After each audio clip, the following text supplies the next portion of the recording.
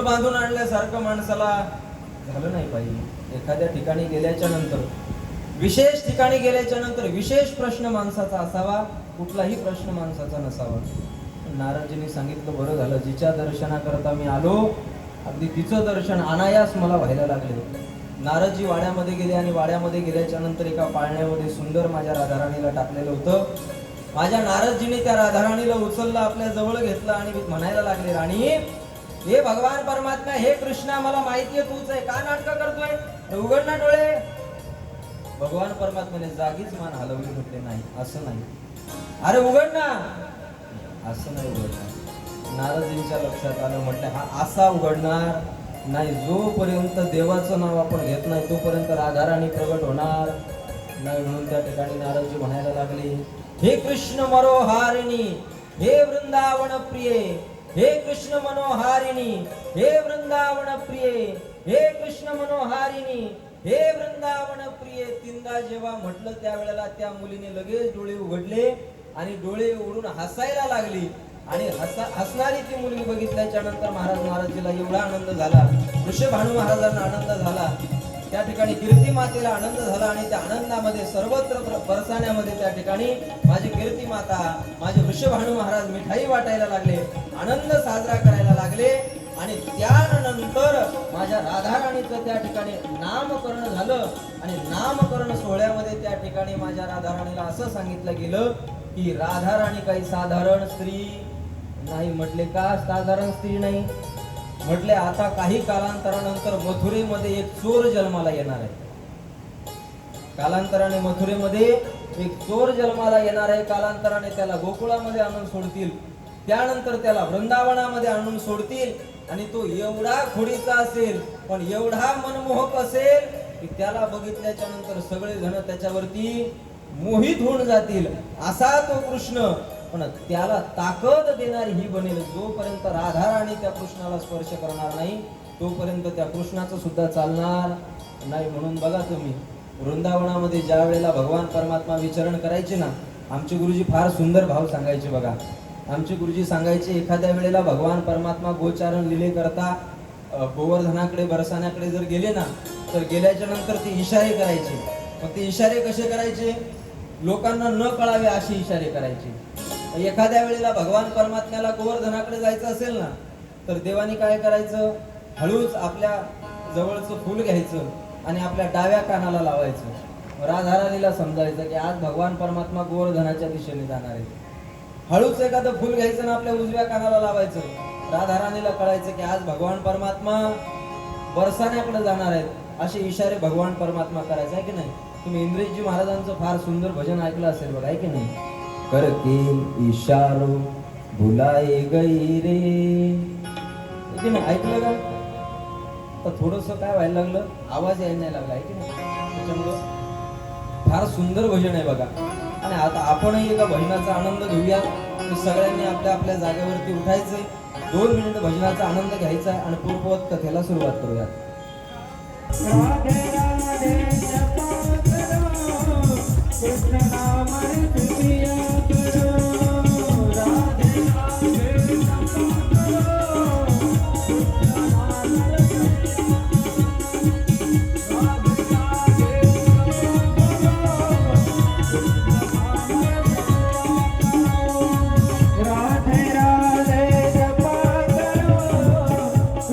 नाम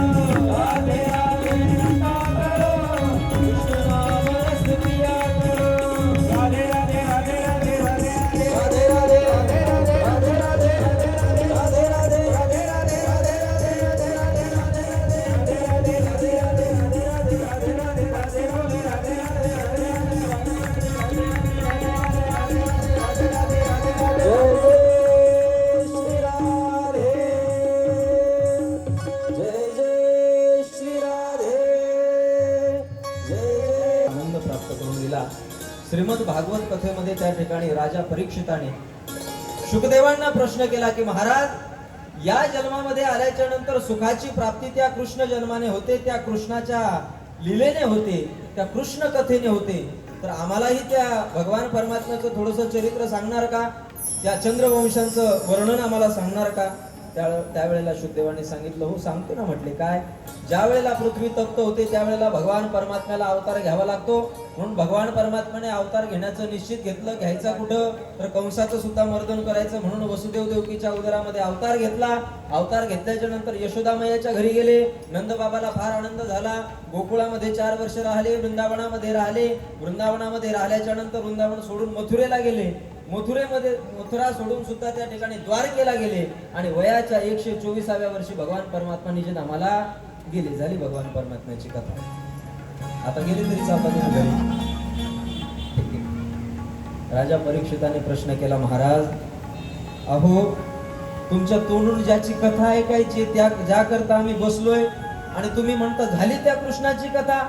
अहो, किती दिवस झाले त्या कृष्ण कथा ऐकण्याकरता आमचे कान आतुर झालेले होते आणि तुम्ही 2 मिनिटांमध्ये त्याचा इतिहास सांगितला आणि बायोडाटा सांगितला आणि आम्हाला लगेच म्हटले झाली कथा. असं कसं होईल की नाही? म्हटले, महाराज त्या भगवान परमात्म्याचं चरित्र त्या ठिकाणी आम्हाला थोडं संक्षिप्तामध्ये सांगा ना. अहो, त्याच्या करता गेली 4 दिवस झाले अन्नाचा कण माझ्या पोटामध्ये नाही, त्याच्या कथा करता पाण्याचा थेंब माझ्या पोटामध्ये नाही, त्याच्या कथेकरता मी एवढा व्याकुळ झालेलो आहे आणि तुम्ही 2 मिनिटांमध्ये त्याची कथा संपवली. तर त्या ठिकाणी शुकदेवाने सांगितलं, म्हटले कसं? 7ची कथा तुम्ही 8ला चालू केली, मग 8ची कथा 9:30ला संपवायची असेल तर जन्म लवकरच करावा लागतो. नाही चालू ना थोडा अर्धा घंटा. 12 वाजलो. रात्री 12ला जन्म झाला होता, रात्री 12ला करू आपण. चालेल ना? चल बाई महाराज बसवते ती काय आता राहते. राजा परीक्षिताने सांगितलं, म्हटले महाराज, अहो ज्या कृष्णाची कथा श्रवण करण्याकरता आम्ही लालावलेले आहोत, त्रासावलेले आहोत, व्याकुळ झालेले आहोत, त्याची कथा तुम्ही त्या ठिकाणी एवढ्या लवकर संपवली. त्यावेळेला शुकदेवजी महाराज सांगायला लागले, राजा परीक्षिता, त्या भगवान परमात्म्याची कथा श्रवण तुला करायची ना तर ऐक. ज्या ज्या वेळेला या पृथ्वीवरती प्रहार होतो, ज्या ज्या वेळेला या पृथ्वीवरती दुष्टांचा त्या ठिकाणी बळजाव होतो, दुष्ट लोकांची वहाड होते, ज्या वेळेला सज्जनाला त्रास व्हायला लागतो, कथा कीर्तनातून लोक विन्मुख व्हायला लागतात, लोक त्या ठिकाणी भगवान परमात्म्याला वाईट बोलायला लागतात, त्यावेळेला त्या भगवान परमात्म्याचा त्या ठिकाणी पृथ्वीवरती वास होत असतो, अवतरण होत असतं. आणि असंच अवतरण माझ्या भगवान परमात्म्याचं झालं. कशा करता झालं रे? तर त्या कंसाने या पृथ्वीला फार त्रास दिला होता आणि त्या कंसाचा उद्धार व्हावा, त्या कंसाच्या हातून त्या ठिकाणी या जगाचा फार नाश व्हायला लागलाय, असा कंस त्या ठिकाणी या जगातून निघून जावा, याकरता माझ्या भगवान परमात्म्याने त्या ठिकाणी जन्म घेतला. आणि आई, तुमच्या सगळ्यांना कथा माहिती आहे, सगळ्यांनी कथा श्रवण केलेला आहे. आपल्याला आता कथा कशी करायची माहिती आहे का तुम्हाला? जशी हनुमानजी उडी मारायची, जशी हनुमानजी उडी मारायची तशी आपल्याला कथा करायची. एखाद्या वेळेला आता जाता जाता मी सांगून जातो, एखाद्या वेळेला आपण सुंदर कथा करू, अशी भागवत कथा 7 दिवसाची, आहे की नाही? बाकीच्या काही गोष्टीचा ताणच घ्यायचा नाही, तुम्ही फक्त भागवत कथा करायची, आहे की नाही? बाकीचा ताण न घेता, कळतंय माझं बोलणं? बाकीचा ताण न घेता सुंदर भागवत कथा करायची आणि त्यामध्ये त्या ठिकाणी संक्षिप्तामध्ये आपण श्रीकृष्ण चरित्र त्या ठिकाणी श्रवण करायचं. कथा सर्वांना त्या ठिकाणी ज्ञात आहे. भगवान परमात्म्याने त्या ठिकाणी कंसाच्या उद्धाराकरता जन्म घेतला. ज्या वेळेला कंसाला कळालं की माझा 8व्या नंबरचा भाचा त्या ठिकाणी माझा काल ठरणार आहे, म्हणून त्या कंसाने त्या ठिकाणी देवकी आणि वसुदेवाला कारागृहामध्ये टाकलं. एक एक त्या ठिकाणी मूल होत गेलं, कंस मारत गेला.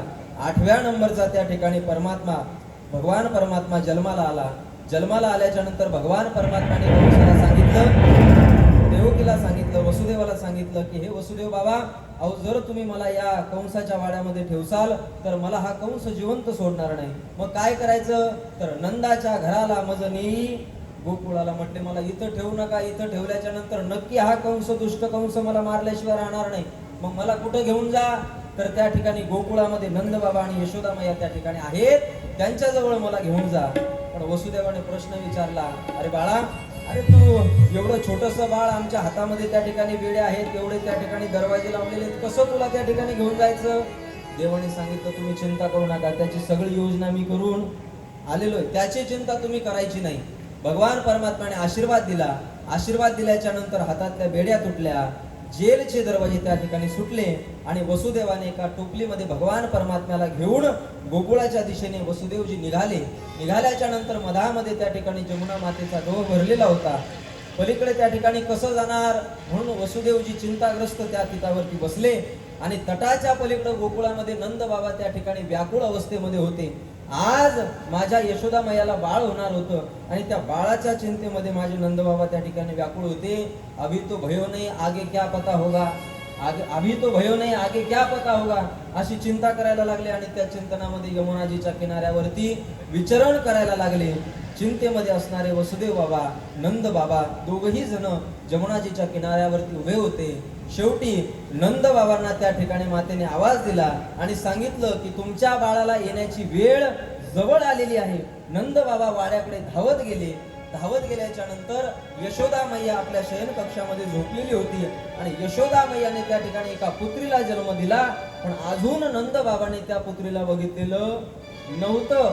जसं इकडं ती पुत्री जन्माला आली तसं त्या ठिकाणी जमुना मैयाने वसुदेवाला रस्ता दिला आणि रस्ता दिल्याच्या नंतर वसुदेव त्या ठिकाणी त्या बालकाला टोपलीमध्ये घेऊन गोकुळामध्ये आले आणि गोकुळामध्ये आल्याच्या नंतर वसुदेवाने विचारलं, देवा आता काय करायचं?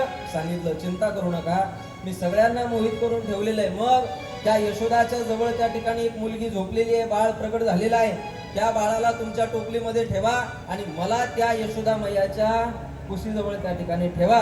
अगदी वसुदेवाने तद्वत केलं.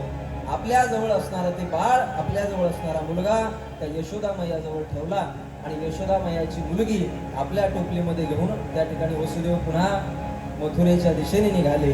कंसाने बघितलं, हातामध्ये ते बाळ घेतलं, फिरवून मारणार. तेवढ्यात त्या ठिकाणी आकाशवाणी झाली की कंसा, हे कंसा, अरे ज्याला मारण्याकरता तू आतापर्यंत तयार होता ते बाळ त्या गोकुळामध्ये जन्माला आलेला आहे. तुझा काळ जन्माला आलेला आहे. तुला वाटत असेल तुझ्या मरणाला तू मुकला, पण आजपर्यंत स्वतःच्या मरणाला कोणी मुकलं नाही. ज्याच्या करता तू एवढी धडपड करत होता तो या ब्रजमंडलामध्ये जन्माला आलेला आहे. हातामध्ये घेतलेली कन्या अंतर्धान झाली, वीज होऊन आकाशामध्ये अवतीर्ण झाली. कंस त्या ठिकाणी विचार करायला लागला. इकडे गोकुळामध्ये त्या ठिकाणी नंद बाबा विचार करायला लागले की आपल्याला मुलगा झाला की मुलगी झाली, मुलगा झाला की मुलगी झाली. तेवढ्यात त्या ठिकाणी नंद बाबाची बहीण धावत नंद बाबाकडे आली. नंद बाबाला म्हणायला लागली, भैया, ओ भैया, एक आनंद की बात है, एक आनंद की बात आपको बतानी है. नंद बाबा म्हटले, लवकर सांग, काय झालंय, लवकर मला सांग, आता मला दम निघत, काय झालंय नक्की सांग.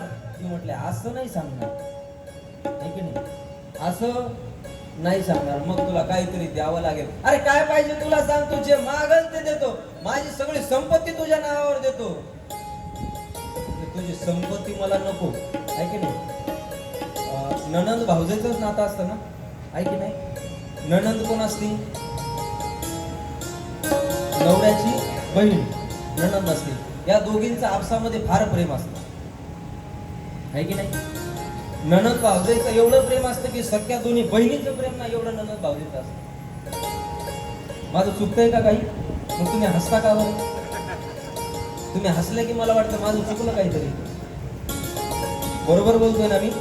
नणंद भाऊजेचं एवढं प्रेम असतं, एवढं प्रेम असतं, एवढं प्रेम असतं की जर ती नणंद जर भाऊजेच्या घरी आली की त्या भाऊजेला वाटतं माझ्याकडे बघा, तिला वाटतं म्हणजे साडी तिला द्यावी. तुम्ही दगड समजला का, असं मी बोलतच. मग म्हटली मला तुझी संपत्ती नको, मग म्हटली मला त्या यशोदेच्या गळ्यामध्ये तो 9 लाख हार आहे ना, तो हार मला पाहिजे. नंदबाबाने सांगितलं दिला. तो हार काय तुला त्याच्यासारखे दार दिले, पण लवकर सांग काय झालं. त्या ठिकाणी ती सांगायला लागली, नंदबाबा आपको लाला भयो है, लाला भयो है. नंदबाबा जोरात हसायला लागले, नाचायला लागले, गायला लागले, बधाई हो, बधाई हो, आपको लाला भयो है. नंदबाबा धावत धावत महलाच्या दिशेने गेले. महलामध्ये गेले आणि बघितलं, यशोदा, हे यशोदा, आज मला फार आनंद झालाय. 90 वर्षाचा मी झालो, 80 वर्षाची तू झाली, पण आतापर्यंत आपल्याला मूलबाळ नव्हतं. जाऊ दे गड्या, एवढी वर्ष नाही, पण आता तर आपल्याला झालंय ना. नेत्रातून आसमानच्या धारा व्हायला लागल्या. नंद बाबांनी त्या पाळण्यामध्ये हळूच डोकावून बघितलं. एक सुंदर बालक त्या पाळण्यामध्ये बसलेलं होतं. नंद बाबाने हळूच त्या बालकाला जवळ घेतलं, रडायला लागले. किती सुंदर माझं बाळ आहे, किती सुंदर माझं बाळ आहे. खरं सांगू का, एखाद्या वेळेला माणूस आनंदामध्ये सुद्धा रडतो बरं. माणूस दुःखामध्येच रडतो असं काही नाही. माणसाला आनंद जरी झाला तरी माणूस रडतो. आज नंद बाबाला एवढा आनंद झाला, एवढा आनंद झाला. नंद बाबांनी सगळ्यांना बोलवलं. अरे हे बरसाने वासियो, लवकर आमच्या घरी या. हे गोकुळ वासियांनो, लवकर आमच्या घरी या. हे वृंदावन वासियांनो, लवकर आमच्या घरी या. आज बऱ्याच वर्षांना आम्हाला लाला झालाय. आज आमच्या घरी आनंदाची बातमी आहे. तुम्ही सगळ्यांनी आमच्या घरी जेवायला यायचंय, आपल्याला आनंद साजरा करायचा आहे. एवढ्या वर्षाच्या नंतर माझं बाळ झालं. बघा ना किती गोड बाळ झालं, किती गोड माझं बाळ दिसतं. आणि महाराज नंद बाबाला बाळ झालं आणि नंद बाबाला आनंद झाला. याच्यात नवल काय, तर सगळ्या ब्रजवासियांना त्या ठिकाणी आनंद व्हायला लागला. नंद घर आनंद भयो, जय कन्हैया लाल की. नंद के आनंद भयो, जय कन्हैया लाल की. हो नंद के आनंद भयो, जय कन्हैया लाल की. नंद के आनंद भयो, जय कन्हैया लाल की. जय कन्हैया लाल की हो, जय प्यारे गोपाल की. कन्हैया लाल की हो, जय प्यारे गोपाल की. जय कन्हैया लाल की हो, जय प्यारे गोपाल की. जय कन्हैया लाल की हो, जय प्यारे गोपाल की. बारसं असतं का तुमच्याकडं? नोटायचं, हा जागेवर ठेवायचं, जागेवर ठेवा.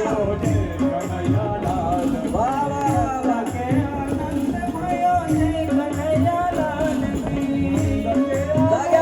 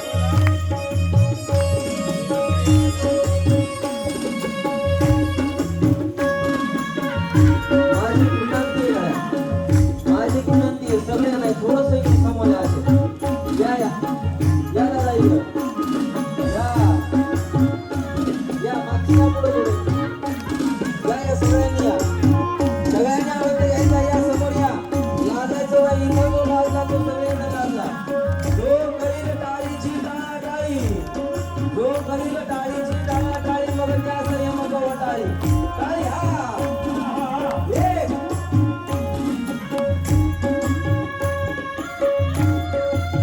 या इकडच्या गावात थांबायचं.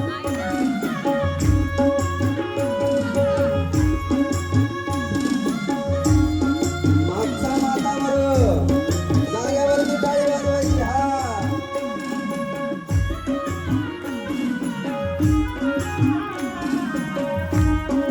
जय हो.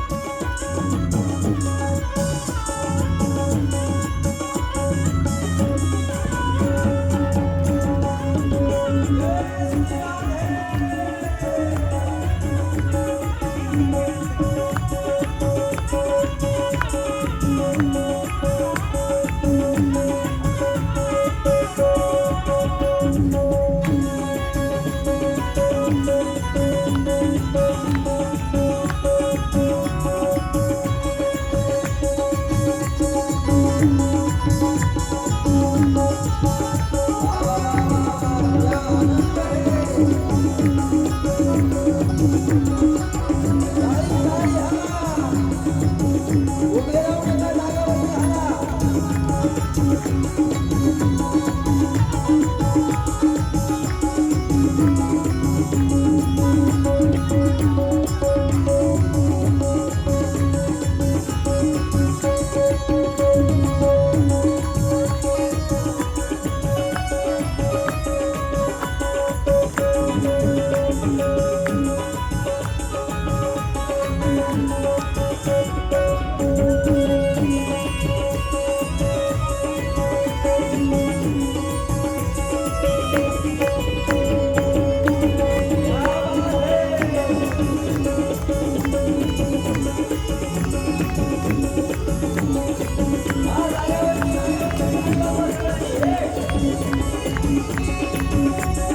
मोठ्याची सासरी ग मोठवणी बासरी फुलले तुला संगती कोणी म्हणा गोविंद कोणी म्हणा गोपाळ कानाला नावे किती मोठ्याची सासरी ग मोठवणी बासरी फुलले तुला संगती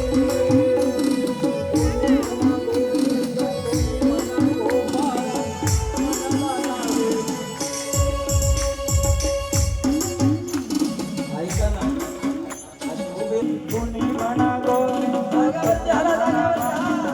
कानाला नावे किती मोठ्याची सासरी ग मोठवणी बासरी फुलले तुला संगती कोणी म्हणा गोविंद कोणी म्हणा गोपाळ कानाला नावे रोज फोड्या करून गोप तारे जमून रोज फोड्या करून गोप तारे जमून काल सकाळी गोपाळ गाला आज आनंदी आनंद झाला आज आनंदी आनंद झाला किती सांगू मी सांगू कोणाला किती सांगू मी सांगू कोणाला आज आनंदी आनंद झाला आज आनंदी आनंद झाला आज आनंदी आनंद झाला आज आनंदी आनंद झाला अरे आला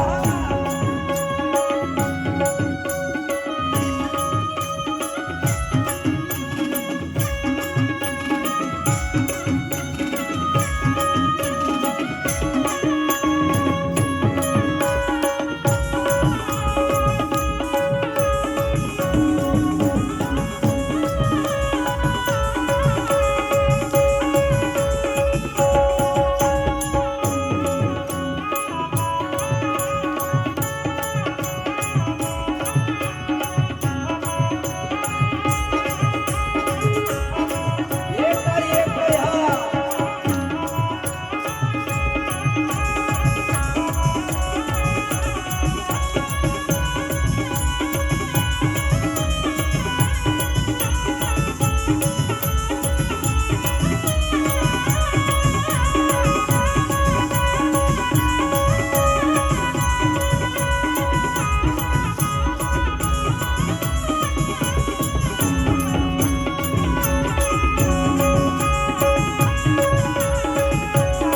बोलिए वृंदावन बिहारी लाल की.